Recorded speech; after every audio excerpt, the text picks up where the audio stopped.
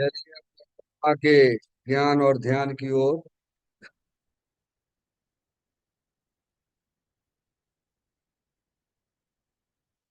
अपने चंचल मन को एवं चंचल उपयोग को स्थिर करने के लिए चिन्हवाणी माता के माध्यम से अपनी वर्तमान ज्ञान की पर्याय में सम्यक भी ज्ञान उत्पन्न करते हुए शरीर शरीर से संबंधित जितने भी चेतन अचेतन पदार्थ हैं उनका मुझ भगवान आत्मा के साथ में किसी भी प्रकार का कोई संबंध नहीं है। इस प्रकार समस्त पर पदार्थों में अपने संबंध की वृत्ति को छोड़ते हुए अंदर में जो अखंड ज्ञान ज्योति स्वरूप भगवान आत्मा है उसमें ही वर्तमान पर्याय का संबंध जोड़ते हुए कि मेरा यह भगवान आत्मा सदा काल शरीर आदि पर पदार्थों से भिन्न एकमात्र अखंड ज्ञान ज्योति स्वरूप है। ऐसा अपने आप को जानो और ऐसा ही अनुभव करो कि वर्तमान में ही मेरा यह भगवान आत्मा शरीर आदि पर पदार्थों से भिन्न एकमात्र अखंड ज्ञान ज्योति स्वरूप ही है।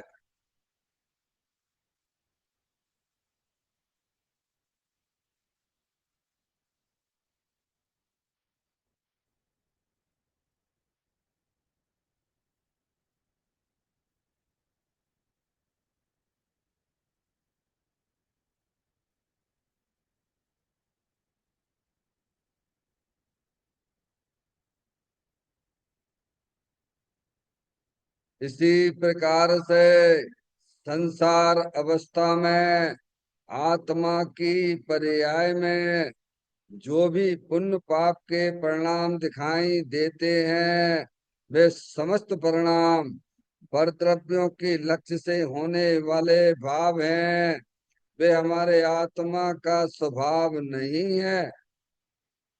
ऐसे समस्त रागादिक परिणामों में एकत्व बुद्धि, ममत्व बुद्धि, कर्तृत्व बुद्धि, भोक्तृत्व बुद्धि तथा उन रागादिक परिणामों की ज्ञाता बुद्धि को भी छोड़ते हुए अंदर में जो अखंड ज्ञान ज्योति स्वरूप भगवान आत्मा है जो कि सदा काल शरीर रागादिक से भिन्न एकमात्र पूर्ण निराकुलता स्वरूप वाला है।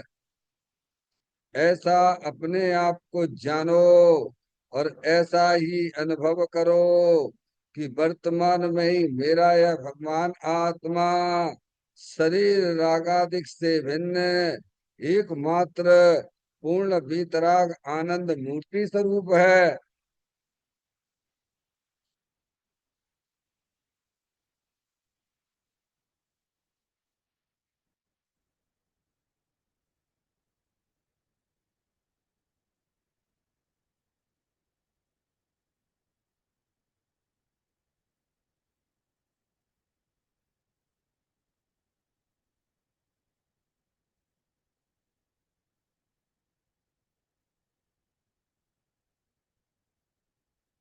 इसी प्रकार से संसार अवस्था में आत्मा की पर्याय में जो पर के लक्ष्य से होने वाला ज्ञान है वह परलक्षी ज्ञान भी हमारे आत्मा का स्वभाव नहीं है। वह तो इंद्रिय जनित ज्ञान है। इस प्रकार शरीर रागादि और परलक्षी ज्ञान की पर्यायों से भी भिन्न है। मैं तो एकमात्र अखंड ज्ञान ज्योति स्वरूप भगवान आत्मा हूँ। ऐसा अपने आप को जानो और ऐसा ही अनुभव करो कि वर्तमान में ही मेरा यह भगवान आत्मा शरीर रागादि और खंड खंड ज्ञान की पर्यायों से भी भिन्न एकमात्र अखंड ज्ञान ज्योति स्वरूप ही है।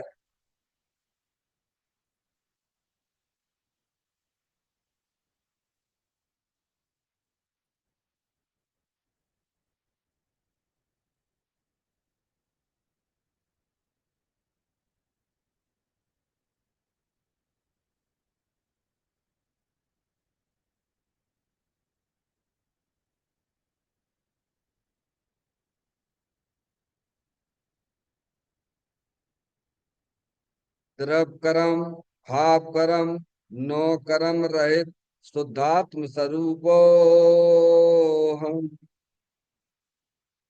मेरा ये भगवान आत्मा सदा काल शरीर आदि के नौ कर्मों से भिन्न है।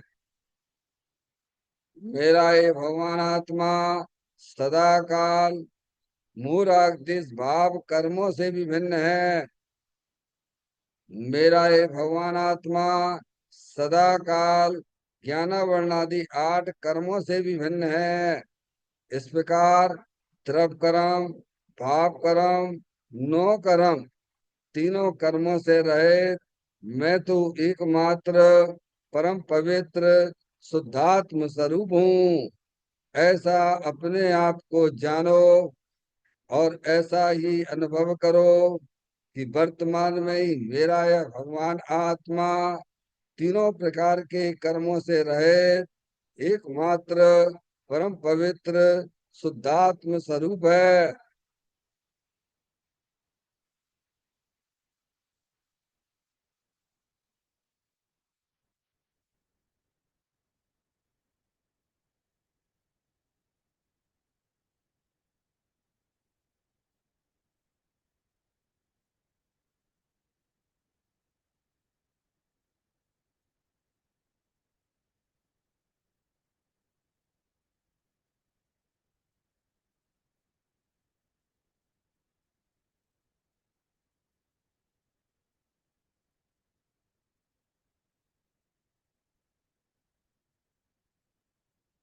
ओम नमः सिद्धेभ्यः।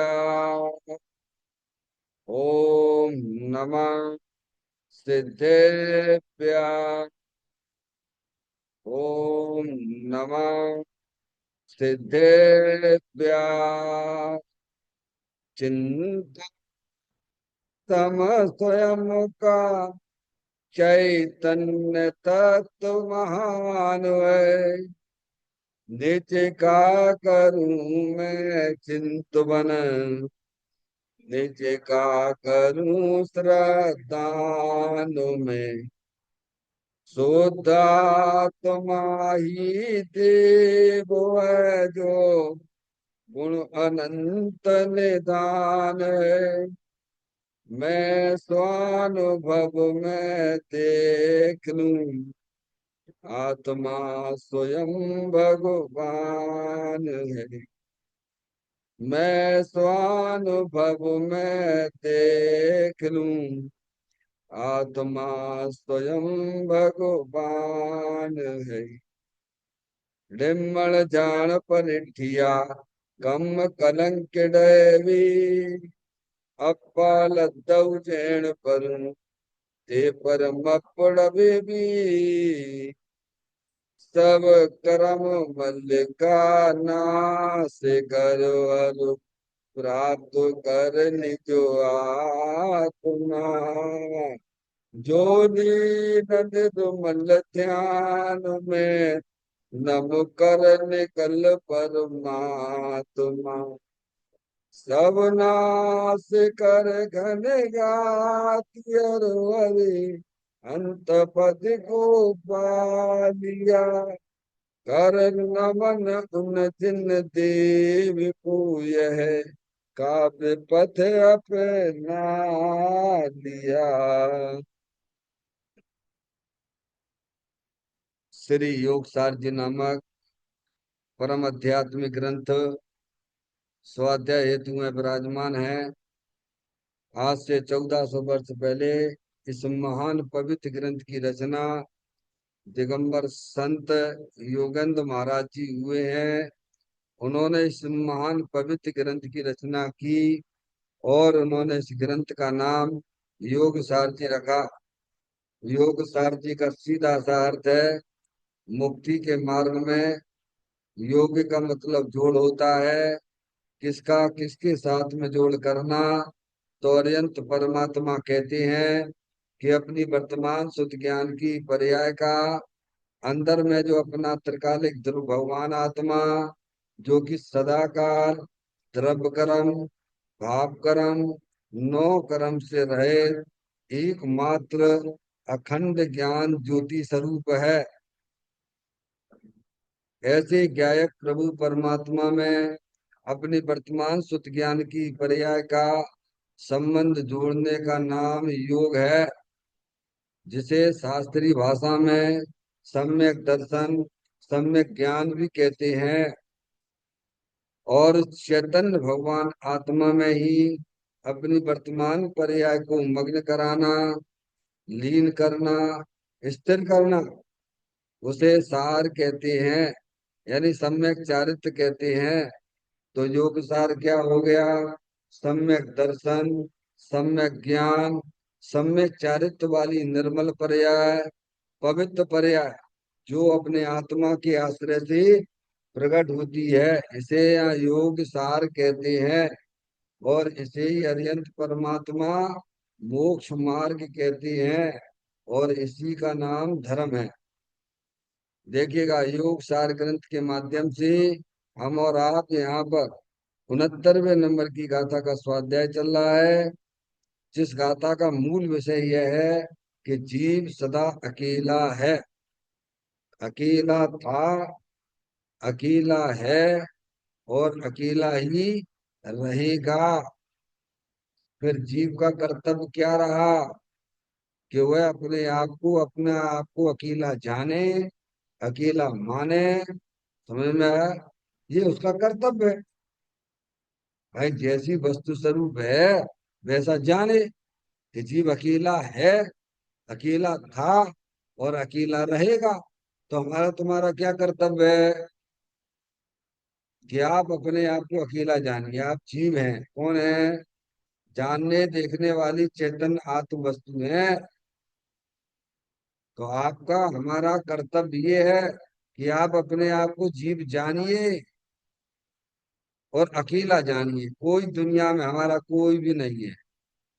मेरी तो बस एक चेतन आत्म वस्तु ही बस मेरी है। जहाँ शरीर भी अपना नहीं है, तो शरीर से भिन्न चेतन अचेतन पदार्थ मेरे कैसे हो सकते हैं? ज्ञान ये कहना चाहती है। ये बता के क्या कहना चाहते हैं? तुम जीव हो, तुम अपने आप को जीव जानो, जीव मानो और अपने आत्मा में लीन हो जाओ। क्या करना है? ये हमें काम क्यों नहीं दिखता है? क्योंकि हमें शरीर को अपना जानते हैं, शरीर को अपना मानते हैं, इसीलिए बाहर के विकल्प हमारे आत्मा में निरंतर चला करते हैं। ये विकल्प आपको अच्छे लगते हैं क्या? ये मूर्ख देश के परिणाम अच्छी लगती हैं क्या? ये तो दुख रूप है, ये तो संसार के कारण है। तो ये ना नहीं चाहिए तो क्या करना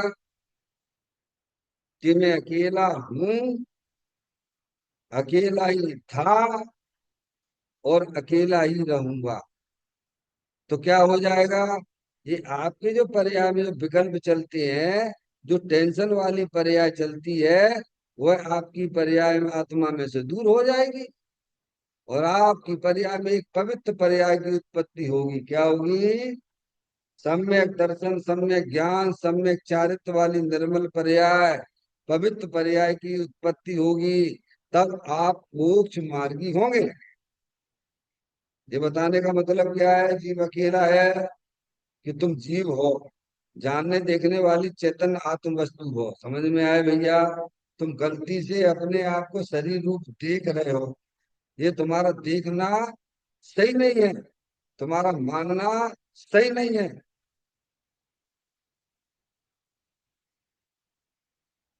शिखा, समझ में आ रही बात है? क्या बताने का मतलब है कि तुम अपने आप को जीव देखिए, जीव मानिए। ये भूल है कि नहीं है हमारी? ये शरीर से हमारा क्या संबंध है?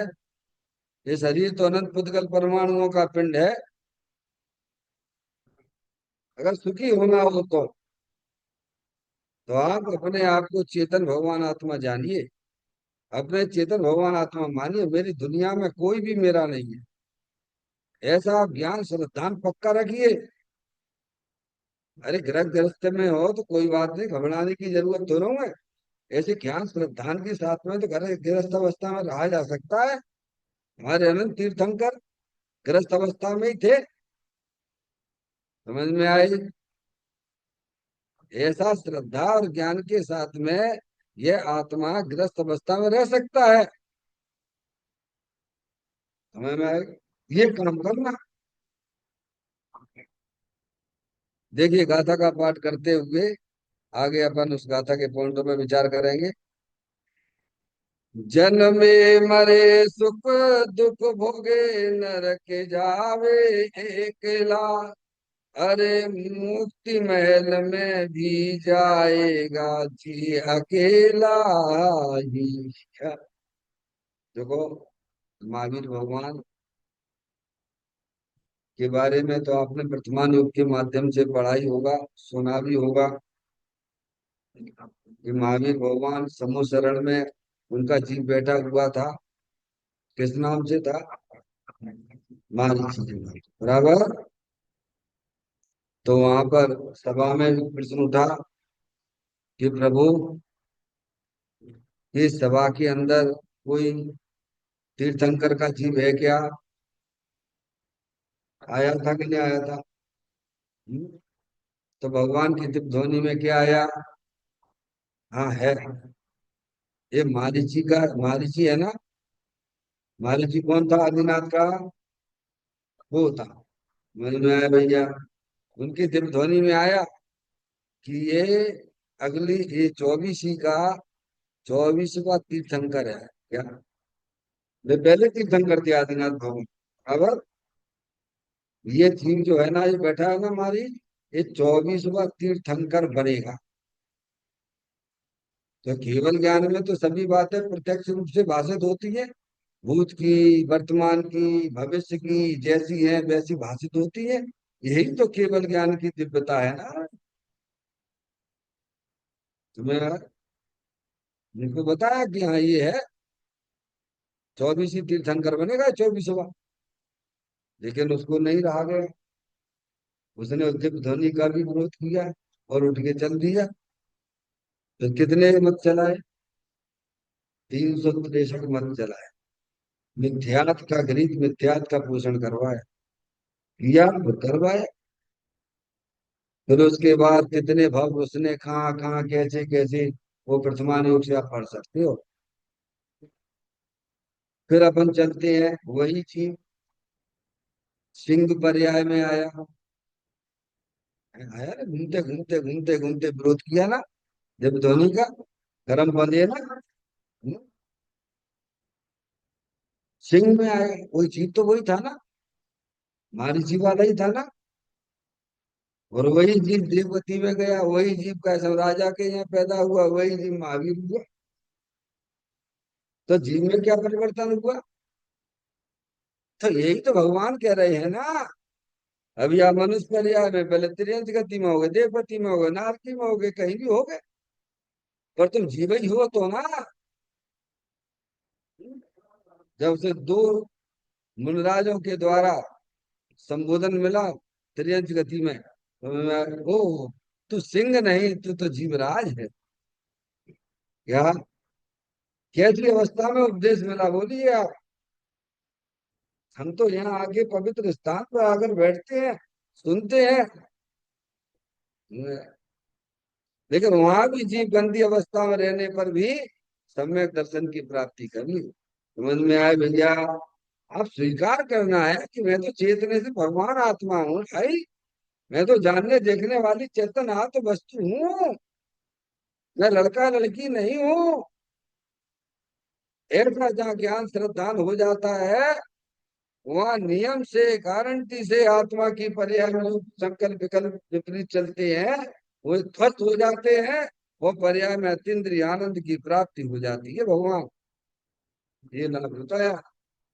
तो कहते हैं जन्मे मरे सुख दुख भोगे नरक जावे एकला। अरे मुक्ति महल में भी जिया जाएगा जी अकेला। जीव अकेला ही जन्मता है, अकेला ही मरता है, अकेला ही दुख या सुख भोगता है, अकेला ही जीव नरक में जाता है, अकेला ही जीव निर्वाण को प्राप्त करता है। तो ऐसा क्यों? क्योंकि सबको अपने परिणामों के अनुसार फल मिलता है। क्या कहा दोबारा से? ये जीव अकेला नरक में क्यों चला गया? तो उसने कैसे गंदे परिणाम करे होंगे भाई? तभी तो नरक में गया है ना। वो मांस मदिरा लड़ाई झगड़े का समय करके वो कर्म बंधे और फिर उसको नरक में जाना पड़ा। हमें नरक में नहीं आना तो क्या करना? अरे भाई, आप नरक में नहीं जाना चाहते हो, आप त्रियंच गति में नहीं दुख उठाना चाहते हो, तो करना क्या? तो झूठ मायाचारी के परिणाम क्यों रखना जो त्रियंच गति में जाना पड़े? ऐसे अभक्ष बच्चों का वैसे अभक्ष पदार्थों का सेवन क्यों करना? रात्रि भोजन क्यों करना है? ऐसा हमें अपने परिणामों में उज्ज्वलता लाना चाहिए कि नहीं लाना चाहिए? गतियों से बच जाओगे देव गति में। तो परिणाम रखिए, कसाई की मंदता रखिए, तो देव गति में चले जाओगे। मनुष्य में भी हम आप यही करके आए हैं। परिणामों में विशुद्धता रखी थी, वस्तु स्वरूप का अनुमोदन किया था, तो ये तत्व मिल गया आपको। हम्म, प्रभु मेरे तो मोक्ष में जाना है। तो मोक्ष भी परिणामों जब भीतरा भाव की उत्पत्ति होती है तब ये आत्मा मोक्ष को जाता है। गतियां कितनी है वंदना? 5 गतियां हैं। समझ में? 4 ही नहीं है, 5 गतियां गिना रहे हैं। जीव अकेला ही जन्मता है, अकेला ही मरता है, अकेला ही दुख भोगता है सुख भोगता है, अकेला ही जीव नरक में जाता है, अकेला ही जीव निर्वाण को प्राप्त करता है। वही बीच में ये लड़का लड़की। अब तुम्हें विवेक करने हैं भगवान कि उनके साथ में कैसा बर्ताव करना है, कैसे रहना है। क्या वे लड़की की शादी होती है, शादी कर दी, अब लड़की को समझ में आना चाहिए कि हमें जेठ के साथ में कैसे रहना। समझ में आई? ससुर के साथ में कैसे रहना, जेठानी के साथ में कैसे रहना भगवान। हम्म, आगे भी नहीं आ गई। और तुम जाके लड़ाई झगड़ा करो और अपने आप को ये तुम्हें मतलब तुम रहने जाएगी, तुम्हारी आदत नहीं है, ये गलत है। समझ में आए? आपको स्वयं ही सुधारना पड़ेगा। आपको ये विचार करना पड़ेगा भाई, ये लड़ाई झगड़े में कोई तंत्र नहीं है। अपन को शांति से अपना आत्म कल्याण करना है। इसमें तो अच्छे अच्छे फेल हो गए हैं। समझ में आया भैया? अगर आपको उन गतियों से 4 गतियों से बचना है और हमें मोक्ष में जाना है तो आपको अपने परिणामों में वस्तु स्वरूप का सच्चा ज्ञान करना पड़ेगा। जनवाणी माता के माध्यम से ज्ञान ही नहीं करना पड़ेगा, उसका श्रद्धान भी लाना पड़ेगा पर्याय में। तब आप स्वयं भी मोक्ष में जाएं। आगे बात ये कहानी है, सभी को लागू पड़ती है ये। समझ गया? देखिएगा, इसके पॉइंट पर विचार करेंगे अगला वाला।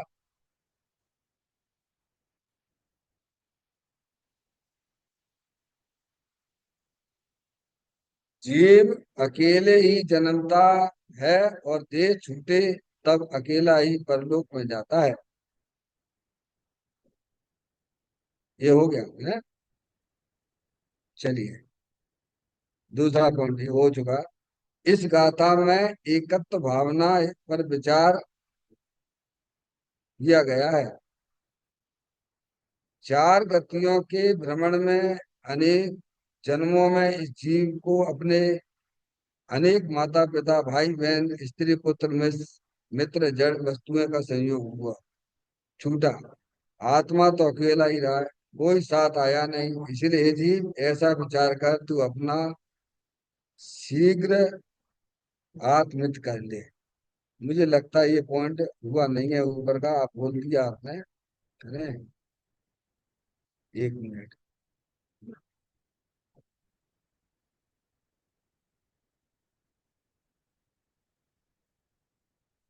हम्म, ठीक है, इसी पे विचार होगा। हो गया था ऊपर। इस गाथा में एकत्व भावना पर विचार किया गया है। एकत्व भावना है ना? एकाकी एकत्व लिए सब ही आते, तन धन को साथी समझाता, पर यह भी छोड़ चले। अब ऐसी भावना भाई आप मन में, तो आपके परिणामों में विशुद्धता भी होगी, और भेद ज्ञान की ज्योति भी जल रही है, तो अपने भगवान आत्मा से मिलने में कोई तकलीफ भी नहीं होगी। एक बात, अभी यहाँ तो क्या चल रहा है, लड़का मेरा है, लड़की मेरा है, दुकान मेरा है, रुपया पैसा मेरा, ये कत भावना है ये। ये तो संसार में ले जाने की डुबोने वाली मिथ्या भावना है ये। समझ में आया भैया? ये मिथ्या है, झूठी है। क्योंकि जब शरीर ही तुम्हारा नहीं है, तो शरीर से भिन्न चेतन अचेतन पदार्थ तुम्हारे कैसे हैं भगवान? ये तो संसार में डुबोने वाली भावना है कि लड़का मेरा है, लड़की मेरी है, स्त्री मेरी है। क्या कह रहे हैं? अरे तुम्हारा जब शरीर ही तुम्हारा नहीं है, समझ में आया? तो ऐसे भेद ज्ञान पूर्वक कहते हैं, मैं जानने देखने वाली चैतन्य आत्म वस्तु हूँ। ज्ञानियों की तो मन में बारे भावना चलती रहती है, हर समय चलती रहती है। समझ में आया भैया? ऐसे हमें अपने परिणामों में निर्मलता लाना चाहिए। तो देखिए आप कि परिणाम कितने उज्जवल होने लग जाएंगे। हम दुखी हैं, दुखी हैं, दुखी। अब दुखी तो हो गए। अब लड़का को तुमने अपना मान लिया है, अब वो तो कायदे अपने अनुसार चलेगा, तुम अपने अनुसार परिणमन कराना चाहते हो, संभव नहीं है। पंडित टोडरमल जी साहब ने स्पष्ट लिखा हुआ, पढ़ लेना मुख्य मार्ग प्रकाशक में। अनादि वस्तु में भिन्न भिन्न अपनी अपनी मर्यादा सहित परिणमित हो रही है। वो लड़का भी भिन्न द्रव्य है भगवान, और उसके शरीर में होने वाले रहने वाले अनंत पुद्गल परमाणु भी भिन्न है। तो वे तो अपने अनुसार परिणमन करेंगे ना भगवान, तुम क्यों परिणमन कराना चाहते हो? तुमने ठेका ले लिया है, ठेका जिनने ले रखा है पर द्रव्यों को परिणमन कराने का, वे मिथ्यात्व का सेवन करके निकुच जाने वाले हैं। वर्तमान में तो दुखी होंगे ही होंगे। वस्तु स्वरूप का चिंतन करिए। वे लड़का लड़की जो भी संयोग में मिले हैं, वे भिन्न द्रव्य हैं, वे भिन्न जीव द्रव्य, उनका शरीर भिन्न। समझ में आ दिया? उनके परिणाम भिन्न। अब ये रखिए आप, तो देखिए आप, तो घर में रहने को बाधा थोड़ी आती है क्या? अब वस्तु स्वरूप का पता नहीं है। मैं तो हजारों बार कहता हूँ, घर में जाने से पहले घर से निकलने की कला सीख लेना। गृह प्रवेश करने से पहले गृह से निकलने की कला सीख लेना, तो घर पे जाना। फिर से कहा, गृह प्रवेश से आइए, आप भी आइए, आप भी आइए। बिल्कुल आ जाए, क्या दिक्कत है भैया? है? वह तुम्हें घर में तो घुस रहे भगवान, घर से निकलने का पता है कि नहीं पता है? नहीं तो फंसे रह जाओगे उसमें। है? फंसे जाओगे, निकल नहीं पाओगे। अभिमन्यु था ना, अभिमन्यु ने घर में जो है उसने शत्रु में घुसने की कला तो सीख नहीं, पर निकलना नहीं, निकलना नहीं। समझ गया? ऐसे ही हम सबको ये सोचना चाहिए, विचार करना चाहिए। शादी करना बुरी बात नहीं है, पर शादी करके सारा ज्ञान तो करो, उससे निकलोगे कैसे भगवान? ये ज्ञान भी तो करो।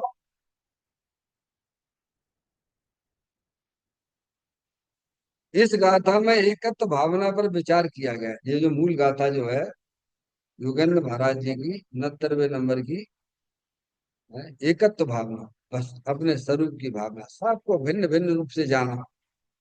फिर देखो आपकी भावना आपके ज्ञान में कितना मजा आ जाएगा। शरीर के अनंत पुद्गल परमाणु भिन्न भिन्न है अपना आत्मा चेतने से भगवान आत्मा भिन्न रूपी है। वो शरीर को छूता ही नहीं है। ये जो मंदिर दिख रहा है ना मंदिर, ये मंदिर भी अनंत पुद्गल परमाणु का पिंड है। मंदिर नाम की जगत में कोई वस्तु नहीं है। क्या माता जी? और जो मकान जो बना हुआ है आपको, जिसमें आप अपना मकान कहते हो, वह मकान भी अनंत पुद्गल परमाणुओं का पिंड है। मकान नाम की जगत में कोई वस्तु नहीं है। ये सोने चांदी वाले जो मरे जाते हैं 24 घंटा रुपया पैसा के पीछे, उसको कैसा देखो, ये अनंत पुद्गल परमाणुओं का पिंड है। ऐसा मन में भावना चाहिए।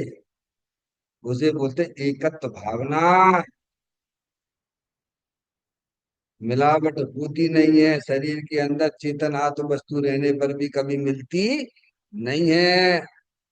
आत्मा की पर्याय में रागादिक परिणति होने पर भी वह आत्मा रागादिक नहीं होता है। ऐसी एकत्व भावना भाइये। अब पढ़ लिया सुना दिया भैया, हो गया, हमारी 12 भावना हो गई। तो जा से क्या हो गया भैया, तुम बोलने वाले ही नहीं हो। और सुना तुमने किनको दिया है? मिथ्यात्व का सेवन भी करते हो साथ में। क्योंकि आप माने बैठे कि मैं तो बोलने वाला हूँ, मिथ्यात्व का सेवन हुआ कि नहीं हुआ? ये तो भावना कहलाएगी क्या? अगर मिथ्यात्व अवस्था में भी एकत्व भावना भल जाती है, तब भी परिणामों में संकलेश की हानि होती है। समझ में आई बात? कि शुद्धता के परिणाम स्वभाव तो होते ही हैं, लेकिन तत्व ज्ञान जिसके पास में होता है वो वास्तविक एकत्व भावना होती है। मैं तो चेतने सर भगवान आता हूँ, आज तक मैंने शरीर को छुआ तक नहीं है। ये रागादिक परिणतियों को भी मैं स्पर्श नहीं करता हूँ। ऐसा मैं भगवान आत्मा हूँ। ऐसी भावना भाना। अब जा में आत्मा को क्या तकलीफ है बोलो भैया? अरे भैया, धर्म करने से अतीन्द्रिय आनंद मिलता है, सुख शांति पर्याय में प्रकट होती है, उसे भगवान धर्म कहते हैं। है?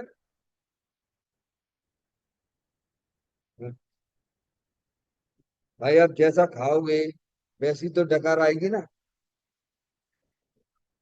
आप समझिए, परिणामों में जब आपके इस प्रकार की व्यवस्था चल रही है, वेद ज्ञान की ज्योति जल रही है, समझ गया, तो आपके परिणाम भी अंत समय में निर्मल ही रहेंगे। ये आपको स्वयं ही सोचना पड़ेगा। यार, मरण सुधारना, मरण क्या, कोई मरता है जगत दुनिया में? पहले तो ये बताओ। अरे भाई, दुनिया में कोई मरता है क्या? कोई पैदा होता है क्या? तो काय का मरण? अरे कौन मरता है? काय का परिवर्तन भाव? अरे किसका क्या परिवर्तन हुआ? कि चेतन जड़ होगा कि जड़ चेतन होगा परिवर्तन में? है कौन मर गया? सोचो आप। समझ में आया? जो जन्म और मरण कहा जाता है, वह तो शरीर की अपेक्षा से कहा जाता है, संयोग की अपेक्षा से कहा जाता है। आत्मा न जन्मता है न मरता है। अरे आत्मा ही नहीं, जगत में छह तरफ है ना, न वे जन्मती है ना कभी मरती है। आगे बात समझ में? संजय भैया, धर्म भाग्य भगवान है। अनादिकाल से पर्याय में अज्ञान दशा चल रही है, भ्रम चल रहा है। उस भ्रम को भगाने के लिए भगवान कहते तो वस्तु स्वरूप का चिंतन कीजिए।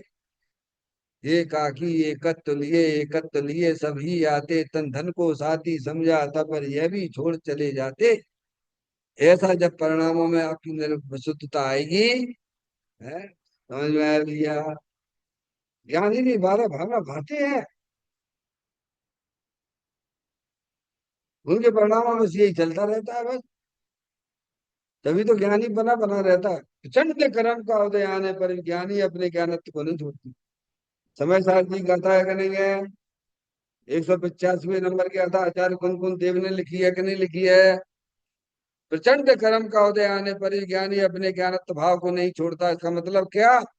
कि ज्ञानी की पर्याय में निरंतर एक ज्ञान की ज्योति जल रही है। समझ में आ गई बात?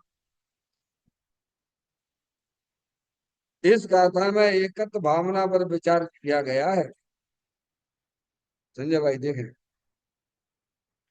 चारों गति के भ्रमण में अनेक जन्मों में इस जीव को अनेक माता पिता भाई बहन स्त्री पुत्र मित्र तथा जड़ वस्तुओं का संयोग हुआ और छूटा।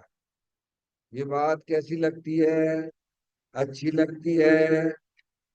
ऐसी है कि नहीं, सच्ची है कि नहीं?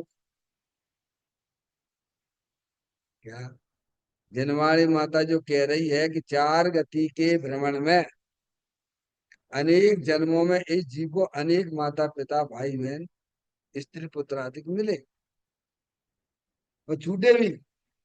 फिर न्याय काय करे मुंह कर रहे हो कि लड़का मेरा लड़की मेरी, अभी तो तुम छोड़ के आए भगवान। पूज्य गुरुदेव से कितनी करुणा से कहती थी, अरे तू प्रवचन सुनने घास पे चल के आया है, तूने कितने माता पिता को नोट के आया है। पूर्व भव के दिल माता पिता भी थे।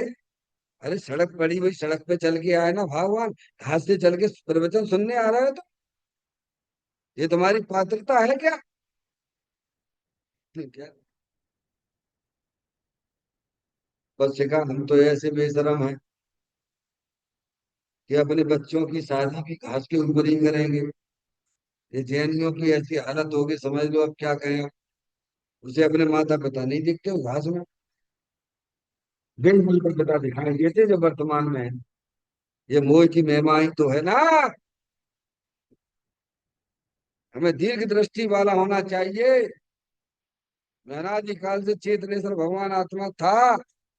हमारे संयोग में कई माता पिता आए, कई भाई बहन बने, वे सब छूट गए और ये भी छूटे ही हैं। हम इन्हें अपना जान रहे अपना मान रहे, हमारी गलती है। गलती में सुधार कर लो भगवान। ये क्यों बताया जा रहा है? ये क्यों बताया जा रहा है कि अनेक भवों में मिले? ये क्यों बताई, ये बात क्यों बताई भाई? जैसे अभी तुम अपने मम्मी है, बच्चे हैं, पति है, पत्नी है, जितना प्रेम कर मरे जाते हो ना, इससे ज्यादा प्रेम करते थे तुम पहले। तुम पता नहीं कुछ भी। माँ जनमानी माता हमको पुकार कर ये बात बता रही है। इससे ज्यादा तुम मोह में मत भगो। ये भी छूट ही जाएंगे, पहले छूट गए थे वे भी छूट जाएंगे। तुम तो अपने आत्म कल्याण में अपनी बुद्धि को लगाओ। ये बताने का मतलब क्या है? अब मौका मिला है तुम्हें, अब तुम सावधान हो। ये बताने का मतलब क्या है? ये भैया देखो कई लोग आए तो वहां जाके चले हो गए, ये भैया उधर मत जाना, ये तो मर जाओगे जाके। काहे नहीं बता रहे तुम्हें? अरे भाई बहुत से लोग आए हैं, देख रहे हैं सामने, और उधर जाके गिर पड़ते हैं जाके, खाई में जाके। ए भैया उधर मत जाना, वो उधर मत जाना, कई मर गए हैं। तो काहे नहीं बता रहे हैं कि तुम उधर मत जाना और तुम ऐसे सीधे चले आना? ये बात बताने का मतलब भी इतना ही है। समझ में आया? तुम्हारे संयोग में कई माता पिता आए और आकर चले गए हैं। समझ में आया भाई? अब तुम्हारे साथ में जो भी तुम्हें संयोग दिखते हैं, उनसे तुम विरक्ति का परिणाम लाना। द्वेष मत करना उनके प्रति, मध्यस्थता का भाव लाना। ना राग करना ना द्वेष करना, वीतराग भाव लाना है। विरक्ति और द्वेष में बहुत अंतर है। विरक्ति में वीतराग भाव आता है, द्वेष में तो है हटाओ, हटाओ, हटाओ, हटाओ, हटाओ। द्वेष परिणाम है तुम्हारा। देखो, ऐसे समझो, हमारे मिलराज के ऊपर उपसर्ग होते हैं, होते हैं कि नहीं होते हैं? कई आपने चित्र भी देखे होंगे, हैं? यशोधर्मराज के ऊपर सर्प डालने वाला चित्र भी देखा होगा। तो उसने जो सर्प डाला था, कौन से भाव से डाला था? है, देश भाव। ठीक है। और उनके साथ में वो भी थी, कौन? चेतना। लेकिन वो ज्ञानी जीव था। दोनों आएगी ना। अब जो है, उस समय तो जो है चलेगा ना, जिस परिणाम से डाला था। ठीक है। अब वो आए, जब उनको समझ में आई, चेतना ने कहा कि ऐसा नहीं है, तुमने गलत किया है। वो तो वहीं पे बैठे मिलेंगे, नहीं मिल ही नहीं सकते हैं। तो वो आया, कसाई की मन्नता हुई उसकी। देखा वास्तव में ये संत तो यही है, फिर उपसर्ग भी दूर हुआ। ठीक है ना। लेकिन हमारे मुनराज ने किसके प्रति राग किया और किसके प्रति द्वेष किया? बोलो, अंतर दिखा के नहीं दिखा? वीतराग भाव, राग और द्वेष के परिणामों को समझ गए कि नहीं समझ गए? चेतना को राग था, उसको द्वेष था, और मुनराजों को है, मुनराजों को कौन सा भाव था? राग था कि द्वेष था? है? समझ गया? उनको वीतराग भाव था।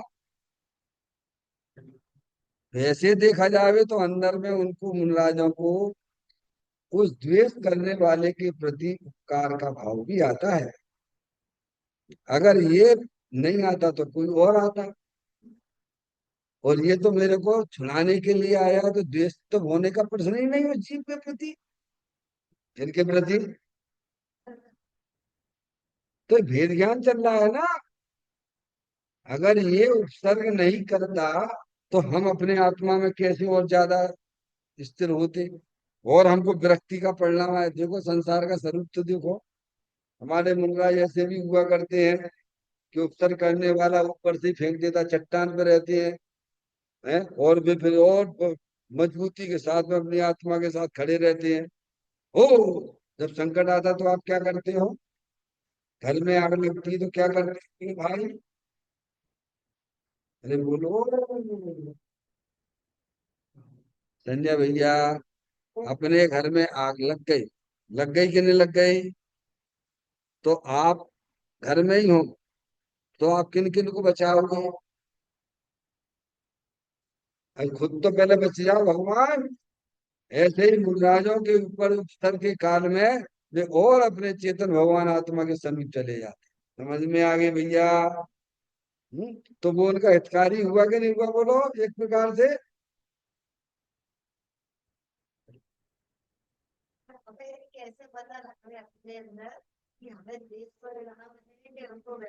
स्वयं ही समझो। अगर हमें द्वेष परिणाम चल रहा है, तो अंदर में दुखी हो, दुखी हो, दुखी हो, स्वा नहीं रहा है तुम्हें, तो द्वेष परिणाम है। क्या हो रहा है? मर जाओ, तुझे कर लो, वो कर लो, तो द्वेष तो है ही। उस पदार्थ के प्रति तुम्हें द्वेष है भाई। तुम्हें कोई विरक्तता का परिणाम होता समता भाव। ठीक है भैया, हो गया, छोड़ो ना। क्या है? ये मध्यस्थता का भाव स्वयं है।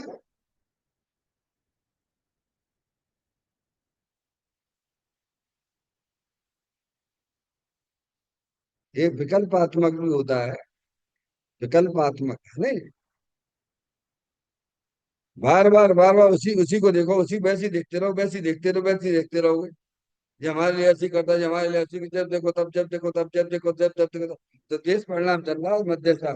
अगर आपके अंदर वितराग भाव होता तो वेद ज्ञान की ज्योति जलती।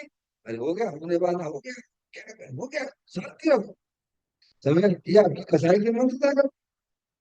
अग्नि पिला भी है। हर समय सब क्रियाएं एक साथ होती हैं। तीन क्रियाएं एक साथ होती हैं संसारी जीवों में। वो परिणाम आया, बाकी चला गया। तो कसाई की आपको मंदता और आपको विरक्तता का परिणाम आ जाएगा आपके। और आपने उसी को लक्ष्य करके किया, तो देख लेंगे, नहीं भी देख लेंगे समय आने पर। तो ये परिणाम कौन सा है?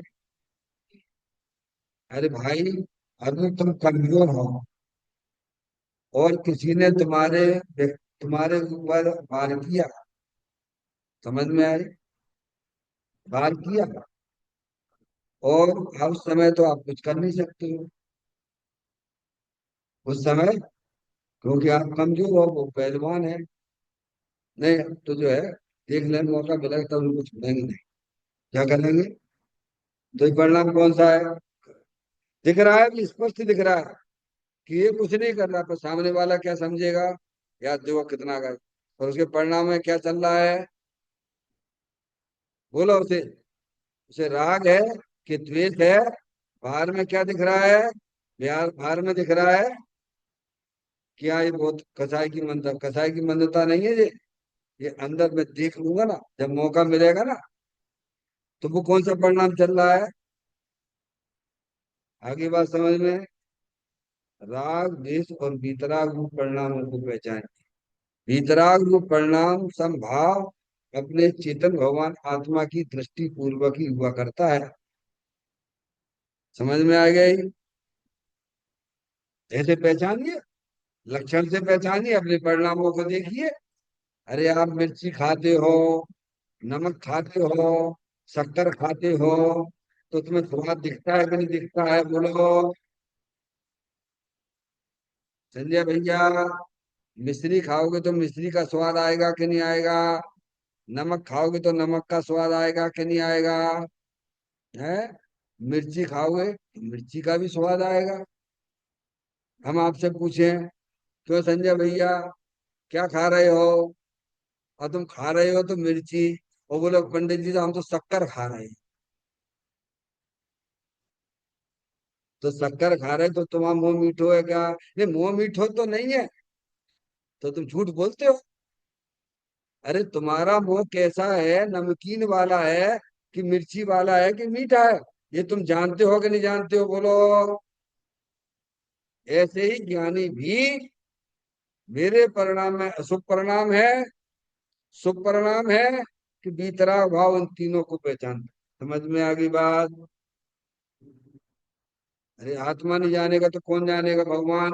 एक ठेका तो जानने का आत्मा को ही दिया गया है। अब वो नहीं जानना चाहता, वो बात एक अलग है।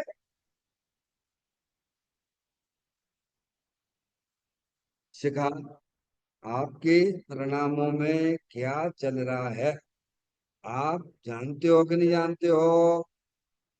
भगवान ने लक्षण बता दिया है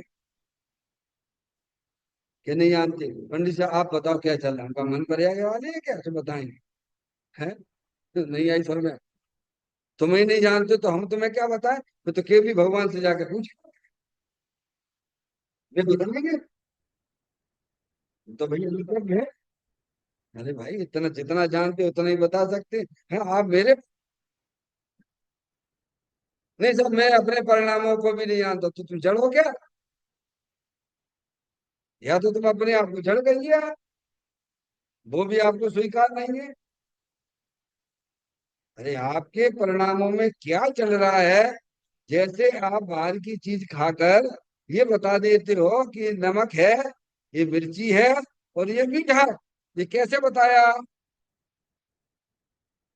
वैसे कि हम अपने परिणामों को नहीं पहचान सकते क्या? है? पहचान सकते हैं, पर आपको अंदर में जिज्ञासा हो, रुचि हो, अपने आत्मा के प्रति प्रेम की भावना हो। कहते हैं चार गति के भ्रमण में अनेक जन्मों में, अनेक जन्म, अपनी बात चल रही है, समझ में आ गई? अनेक जन्मों में इस जीव को अनेक माता पिता भाई बहन स्त्री पुत्र मित्र एवं जड़ वस्तुओं का संयोग हुआ और छूटा। ये क्यों बता रहे हैं? कि तुम ऐसा सच्चा मानो। ये बात वो 100% सत्य है। और अब तुम ज्यादा मोहित मत होना उनको। अब जो पीछे का बता के यही बताना चाहते हैं कि तुम वर्तमान में सुधार कर लो। ये चार गति 84 लाख योनियों में तुम इनमें फंस फंस के मरे हो। हर गति में, जिस गति में जाते हो वहां स्त्री को अपना मानते हो, लड़के को अपना मानते हो। उसको भिन्न जानिए और शांति से रहिए, द्वेष नहीं करना। समझ में आया भैया? अपना मत जानिए, अपना मत मानिए। ऐसे हमारे कि जितने भी तीर्थंकर होते हैं सबकी शादी होती है, घर गृहस्थी में रहते हैं। ये तो हुंडा सरपणी काल का समय है, इसीलिए 5 तीर्थंकरों ने शादी नहीं की। वैसे तो सभी तीर्थंकर शादी करते हैं, समय दृष्टि होते हैं, चाहे समय दृष्टि होते हैं। समझ में आ गई बात? आत्मा तो अकेला ही रहा, कोई साथ आया नहीं, इसीलिए हे जीव, क्या, अब तू सावधान हो जा, ऐसा विचार कर। क्या लिखा है? कोई साथ नहीं आया, ऐसा जानकर ये व्यक्ति सही नहीं है भैया, तुम इसके साथ में मत रहना। ये कौन बताएगा? जो उसके साथ में बर्ताव कर चुका है उसे पता है, और तुम्हें ज्ञान करा रहे हैं, तुम उसके अनुभव का लाभ ले लो। समय तुम उसकी बात को स्वीकार कर लो। कर लोगे तो धन्यवाद, नहीं कर लोगे तो तुम्हारी होना तुम्हारी है। हम क्या करेंगे? तुम्हें ज्ञानी तुमको समझा रहे हैं, तुम विचार करिए, ऐसे विचार करिए, मोह में मत भागिए, अभी आने वाला है। इसी के दूसरे पैराग्राफ में वो बात आएगी, मोह में भागने वालों की। ये भाई मेरा है, और भाई के मुंह में पैक कैसा फंसा सुंदरक में चला गया।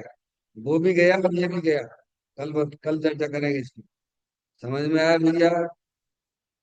हम अपने माता पिताओं के, उनके भाई बहन में मुंह में फंस जाते हैं, समझ गया, तो दुर्गति में तुम जाओगे। गलत काम करोगे, दुर्गति में तुम भी जाओगे, और उसे पता नहीं तो वो भी जाएगा। ये अगले पैराग्राफ में ही बात आएगी। समझ में आया भैया? ये सचेत करते हैं, जागरण करते हैं ज्ञानी। आत्मा तो अकेला ही रहा, कोई साथ आया नहीं, इसलिए हे थी, ऐसा विचार कर तू अपना हित शीघ्र कर ले। क्या कर ले? पारसमणि। है? अरे घर में रहने में कहाँ दिक्कत हो ना, हमारे मन की बात है तो हम जानते हैं। घर का भी कोई संयोग बनता है, बन करते हैं, चलता रहता है। देखो, पहले सबसे पहले मिथ्यात का नाश होता है भगवान। संपूर्ण अगर कसाय का नाश हो जाए तो गृहस्थ अवस्था नहीं होगी। आगे समझ में? भगवान ने श्रावक धर्म और मुनि धर्म बताया कि नहीं बताया है? आप भेद ज्ञान पूर्वक आप पे नहीं अपनी आत्मा में रह पा रहे हो, तो कोई बात नहीं है। उन संयोगों में मध्यस्थ भाव के साथ में रहिए। उनसे अपना जो है अपेक्षा मत रखिए, किसी से कोई अपेक्षा मत रखिए। आप अपेक्षा रखोगे संयोगों से तो तुम्हारी पर्याय में दुख होगा। क्या होगा?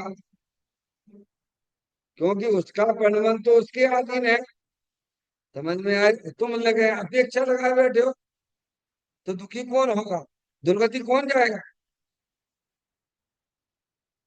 अरे बता भैया, भेद ज्ञान को ऐसा ज्ञान करके, ऐसा विचार करके ज्ञानी हमें समझाते हैं कि तुम चेतनेश्वर भगवान आत्मा हो। पूर्व में तुमने ये ऐसे ऐसे उल्टे सीधे काम करे थे जो तुम्हारे नहीं थे, तुम उनके प्रति है, समर्पित हो गए। उन्हें अपना मान के तुमने अपना वर्तमान खो दिया। क्या कर दिया? अब तुम्हें ये मनुष्य पर्याय मिली है, जैन दर्शन मिला है, जिनवाणी माता का समागम मिला है, और ज्ञानी हमको समझाते हैं। अब चेत जाइए। कौन समझ सुन चेत सयाने, काल वृथा मत खूबे, यह नर भव फिर मिलन कठिन है, जो सम्यक नहीं हुआ। समझ में आया भैया? ऐसा विचार कर तू अपना हित शीघ्र कर ले। अपना हित काय में होगा? अपने आत्मा की सच्ची जानकारी से होगा। क्योंकि अनादि काल से हम अपने आत्मा को भूले हुए हैं?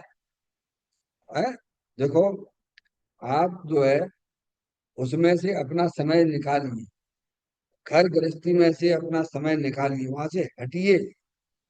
वे आपको बुलाने के संयोग है मेरे। जहाँ आप आओगे, जनवाणी माता के पास आओगे, तो आपको आपकी आत्मा की बार बार जानकारी दी जाएगी, परिचय कराया जाएगा। ये आपको चलना है, कैसे चलना है। समझ में आया भैया? बुद्धि पूर्वक हमें तत्व से जुड़ना चाहिए।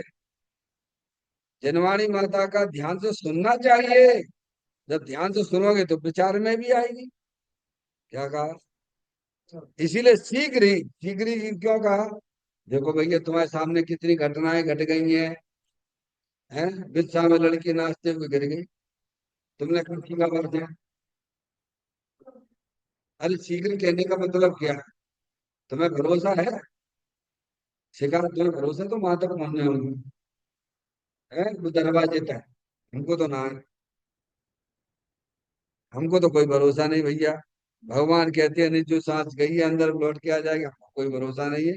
ऐसी घटना हमने बहुत देखी है। कोरोना के काल में भी देखी है और वर्तमान में भी देखी है। तो सावधान होने के लिए है कि नहीं है? अगर शीघ्र नहीं करोगे काम अपना, तो फिर तुमने जो उल्टे संस्कार लेके जाओगे, कहीं तो रहोगे आगे, त्रियंश गति में रहोगे, नरक में रहोगे, कहीं ना कहीं तो रहोगे आप। इसीलिए अपना हित करने में बिल्कुल सावधान हो जाए। क्या आ जाइए, समझ में आए भैया? इसीलिए शीघ्र शब्द का उपयोग किया कि तुम्हें भरोसा ही नहीं है। अब मालूम है क्या? अरे मालूम है क्या कि पंडित जी साहब प्रवचन करते करते क्या हो गया, वो हम बैरमुखी होकर तुम्हें स्वाध्याय कराएं, तो उसमें हमारा हित होगा क्या हित होगा? हम अपने साथ क्या कर रहे हैं बोलो भैया? अब तुम पूरी जिंदगी बैरमुख होकर लोगों को समझाते रहे, पंडिताई माथे पड़ी, पूर्व कर्म की वजह से और उनको समझाते रह गए, पूरे रह गए आओ। अरे और क्या? अरे भाई, तुम अपने आत्मा का आनंद लेते हुए समझा दो भैया, राग अवस्था है तो वहां क्या दिक्कत है? पर अपना अपना प्रयोजन तो साधो। संजय भैया, मैं अपने लिए कर रहा हूं तो आपको भी अपने लिए लगाना। या हाँ पंडितों, या हमारी जो है क्रियाओं को ना देखना, ये क्या बोल रहे हैं, क्या समझा रहे हैं, जिनवाणी बोल रहे हैं, ये समझो क्या समझ रहे हैं। इस बुद्धि से समझोगे तो समझ में आ जाएगी। और इनकी परीक्षा लेने के लिए बैठे हो तो उसमें कुछ ना मिलने वाला। समझ में आ गई बात? जनवाणी के विरुद्ध कुछ बोले तो बात करिए, तो ये तो साधन में भाई भाई आज तुम ऐसा क्यों बोल रहे हो, इसमें तो ये लिखा हुआ है, आप ऐसा क्यों बोल रहे हो? तब तो समझ में आता, आप भी पढ़े लिखे होगा। इसीलिए शीघ्र का मतलब ये है कि आप भी इसी प्रकार का समझिए भाई साहब, जो पल हमें मनुष्य पर्याय के मिले हैं, माँ जनवाणी माता के समागम में मिले हैं, तो हमें हर समय परिणामों में वैराग्यता रहना चाहिए, कसाई की मंदता भी रहना चाहिए। शीघ्र का मतलब समझ गया है? क्योंकि अभी अभी अपने अपन ने काम नहीं किया तो फिर क्या होगा? अरे भाई, आपने देखे नहीं, बहुत से नहीं सुने कि भगवान को धोख दी और चले गए। अरे चलेगा कि नहीं चले गए? बोलो। इसीलिए पहले आत्मज्ञान करना, क्या करना? सबसे पहले अपने आत्मा का ज्ञान करना, जो अनादिकाल से नहीं किया वो काम करना।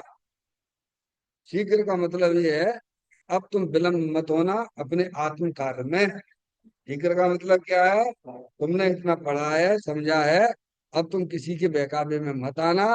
अब तुम जल्दी से जल्दी अपने आत्मा में बेरमुख होके जनवाणी ना तो सुनना और ना करना। उसमें दोनों का ही हित है। और बैर मुक्ता है तो अंतर्मुख होने का प्रयास उसमें करना। क्या करना? अपन हमसे बहुत प्रश्न करती रहती है, पूछती है। जब तक जो है अपन को आत्मा का अनुभव नहीं हो रहा है, तब तक तो भगवान की भक्ति पूजा करते रहना चाहिए कि नहीं करते रहना चाहिए? ये प्रश्न आपका भी हो सकता है। क्या क्या कह रहे हैं भैया? अगर लड़का फेल हो गया है तो क्या करना चाहिए? तो दुकान पे बैठा के काम करवाओ उससे। क्यों? रसमणी द्वारा बच्चा फेल हो गया है तो उसे क्या करना? उसे अपनी दुकान पे बैठा के काम करते ना। ये समझदारी है क्या? उसको पढ़ने ध्यान से पढ़ना भाई। क्या बोलेंगे? ध्यान से पढ़ो, ये तुम्हारा भविष्य है आगे। ऐसे ही ज्ञानी कहते हैं, चलो आत्मा में नहीं आ पा रहे हैं तो आत्मा में आने का प्रयास तो करो। क्या इसी में लगे रहोगे क्या? भगवान की भक्ति पूजा में ही लगे रहोगे, वहां से हटो। नहीं उस समय भी अंतर्मुख है। हमारे पूजा में भी इतना तत्व भरा हुआ है कि आप जो है बोलते बोलते अंतर्मुख होके भगवान की पूजा होती है। भगवान समझ में आया? और नहीं हो रही है तो आप उसको ध्यान से सुनिए, पढ़िए। हो गया। ये प्रयास करना, तो प्रयास क्या करना है? अंतर्मुखता का करना है। क्या करना है? भगवान की पूजा करते समय भी अंतर्मुखता का प्रयास होना चाहिए। जनवाणी सुनते सुनाते समय भी हमें अपनी अंतर्मुखता ही रखना चाहिए, क्योंकि आत्मा का हित अंतर्मुखता से है, बहिर्मुखता से नहीं। चैतन्य काय सुमरण प्रति क्षण करो रे, भव के अनंत दुख को पल में नरो रे। क्षय अनंत निज सुख निदान पाओ, गाओ परे नित इसी के गीत गाओ। गाओ अरे नित इसी के गीत गाओ। नौवा नमोकार मंत्र का स्मरण।